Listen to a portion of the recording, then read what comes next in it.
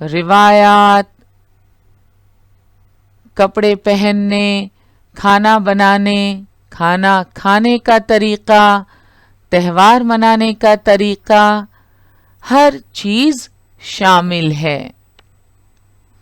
تو تہذیب کے کیا معنی ہیں؟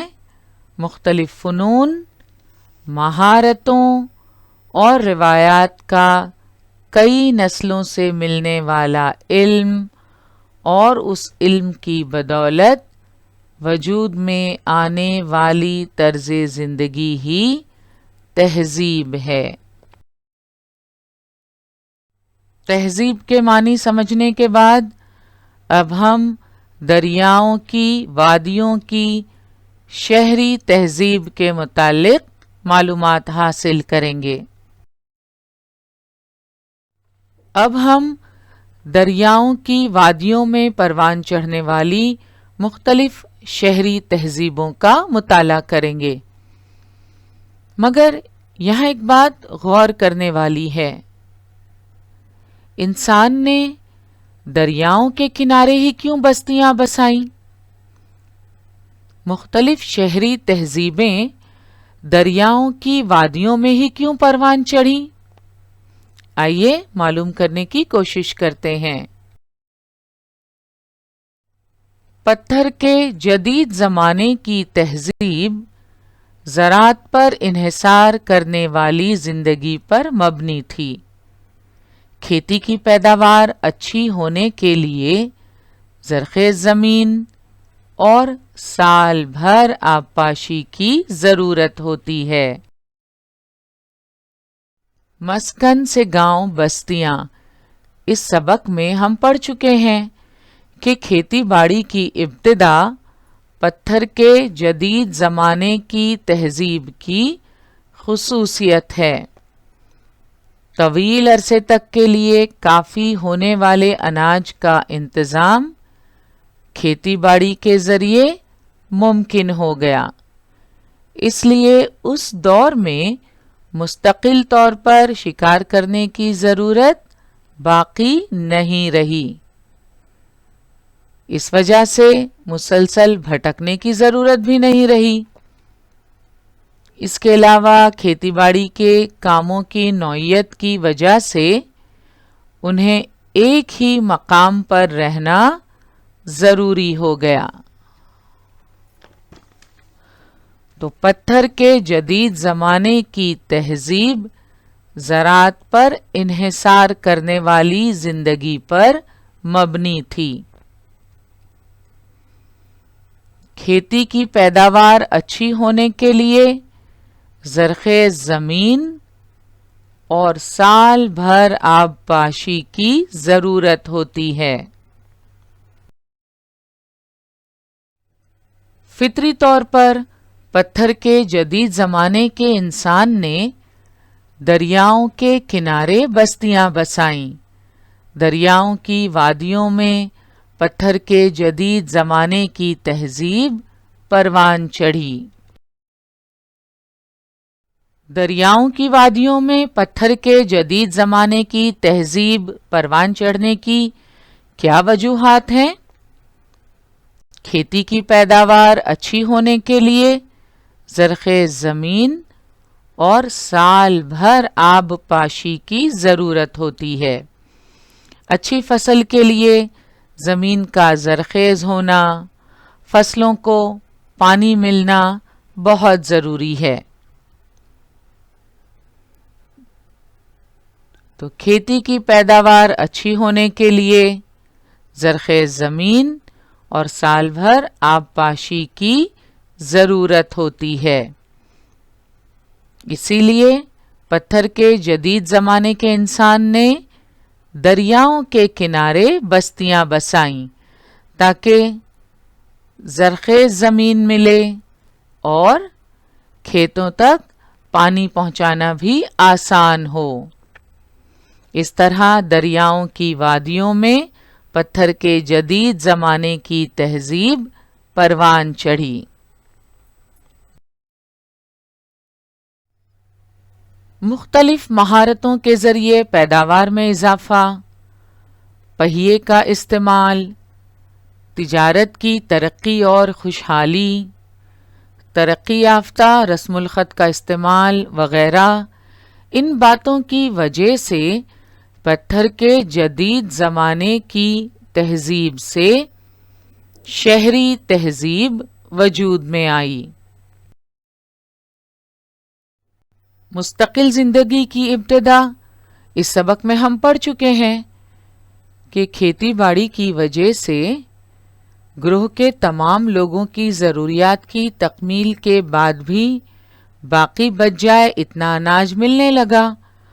اس طرح گروہ کی بعض عورتوں اور مردوں کو نئی باتیں دریافت کرنے اور اپنے تصور کی بنیاد پر نئی مہارتوں کی نشوونما کرنے کا بھرپور وقت ملنے لگا۔ ایسی مہارتیں اور ہنر سیکھنے والے لوگوں کو ان کے ہنر کے مطابق کام سونپے گئے۔ اس لیے مٹی کے برتن بنانے والے، مورتی بنانے والے، کھیتی کے اوزار بنانے اور ان کی مرمت کرنے والے کئی کاریگر تیار ہو گئے۔ مختلف مہارتوں کی وجہ سے پیداوار میں اضافہ ہوا۔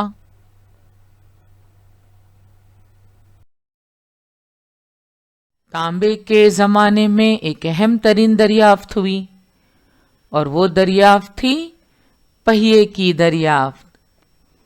عام طور پر یہ تسلیم کیا جاتا ہے کہ مٹی کے برتن بنانے والے لوگوں نے سب سے پہلے پہیے کا استعمال کیا۔ قیاس ہے کہ اس کے بعد کے زمانے میں گاڑی کے لیے پہیے کا استعمال کیا گیا ہوگا۔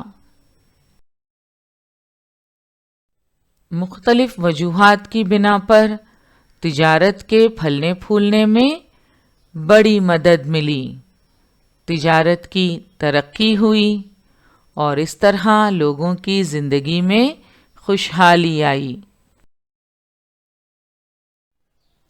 ترقی یافتہ رسم الخط کا استعمال شروع ہوا۔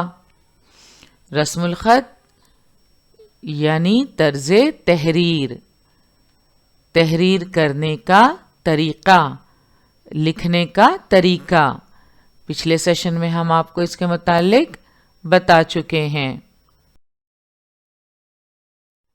تو مختلف مہارتوں کے ذریعے پیداوار میں اضافہ، پہیے کا استعمال، تجارت کی ترقی اور خوشحالی، ترقی یافتہ رسم الخط کا استعمال وغیرہ، ان باتوں کی وجہ سے پتھر کے جدید زمانے کی تہذیب سے شہری تہذیب وجود میں آئی۔ دنیا کے 4 خطوں میں عموماً ایک ہی زمانے میں یعنی تقریباً 3000 سال قبل مسیح میں شہری تہذیب وجود میں آئی۔ یہ ہیں وہ دنیا کے 4 خطے جہاں عموماً ایک ہی زمانے میں یعنی تقریباً 3000 سال قبل مسیح میں شہری تہذیب وجود میں آئی۔ دنیا کے وہ 4 خطے ہیں میسوپوٹیمیا، مصر، ذیلی براعظم بھارت اور چین۔ یہ 4 خطے تھے جہاں ایک ہی زمانے میں یعنی تقریباً 3000 سال قبل مسیح میں شہری تہذیب وجود میں آئی۔ ذیلی براعظم بھارت سے کیا مراد ہے؟ تو آزادی سے پہلے آپ دیکھ رہے ہیں یہاں پر ہمارے بھارت کا نقشہ کچھ اس طرح ہوا کرتا تھا، کیونکہ اس میں پاکستان اور بنگلہ دیش بھی شامل تھے، مگر آزادی کی خوشیوں کے ساتھ ساتھ ملک کی تقسیم ہوئی اور بھارت، پاکستان اور اس کے بعد بنگلہ دیش یہ الگ الگ ممالک بن گئے۔ تو آزادی سے پہلے کا جو بھارت ہے اسے ذیلی بر اعظم بھارت کہتے ہیں۔ دنیا کے 4 خطوں میں ایک ہی زمانے میں یعنی تقریباً 3000 سال قبل مسیح میں شہری تہذیب وجود میں آئی۔ میسوپوٹیمیا، مصر، چین اور ذیلی براعظم بھارت، یہ 4 خطے تھے۔ دریاؤں کے کنارے یہ تہذیبیں پھولی پھلیں۔ ان 4 خطوں کی قدیم شہری تہذیب کو دریاؤں کی وادیوں کی شہری تہذیب کہتے ہیں۔ آئیے ان مختلف تہذیبوں کے متعلق معلومات حاصل کرتے ہیں۔ سب سے پہلے جس خطے کا ہم ذکر کریں گے وہ ہے میسوپوٹیمیا۔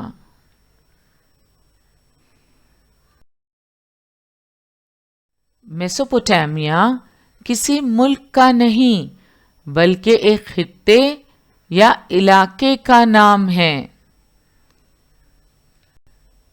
میسوپوٹیمیا کا مطلب ہوتا ہے 2 دریاؤں کا درمیانی علاقہ، یعنی 2 آبا۔ آب کا مطلب ہوتا ہے پانی، تو ایسا علاقہ جو 2 دریاؤں کا درمیانی علاقہ ہو اسے میسوپوٹیمیا کہتے ہیں۔ میسوپوٹیمیا یعنی 2 آبا۔ قدیم میسوپوٹیمیا یعنی دجلہ اور فرات دریاؤں کا بیچ کا علاقہ ہے۔ ذرا قریب سے دیکھتے ہیں۔ دجلہ اور فرات، جنہیں انگریزی میں کہتے ہیں ٹگرس اور یوفریٹس۔ دجلہ یعنی ٹگرس ریور اور فرات یعنی یوفریٹس ریور۔ تو دجلہ اور فرات ان 2 دریاؤں کا بیچ کا علاقہ یعنی قدیم میسوپوٹیمیا۔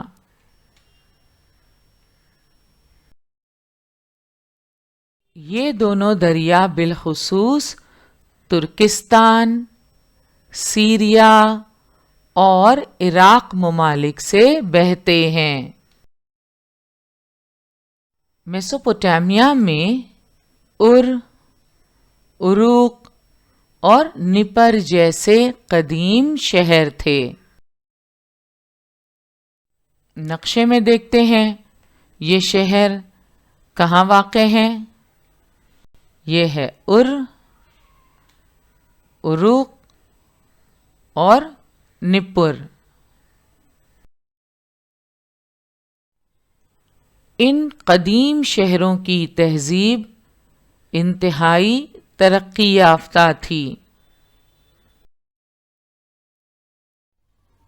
یہ ہے بساط اور پانسے، شطرنج کے بورڈ کی طرح دکھائی دے رہے ہیں۔ یہ دراصل میسوپوٹیمیا میں کے مقام پر کھدائی میں ملنے والی تقریباً 2600 قبل مسیح کی بساط اور پانسے ہیں۔ میسوپوٹیمیا یعنی دجلہ اور فرات دریاؤں کے بیچ کا علاقہ جس میں عروق اور نپر جیسے قدیم شہر تھے۔ ان شہروں کی تہذیب انتہائی ترقی یافتہ تھی۔ میسوپوٹیمیا کا رسم الخط آپ دیکھ سکتے ہیں اسکرین پر۔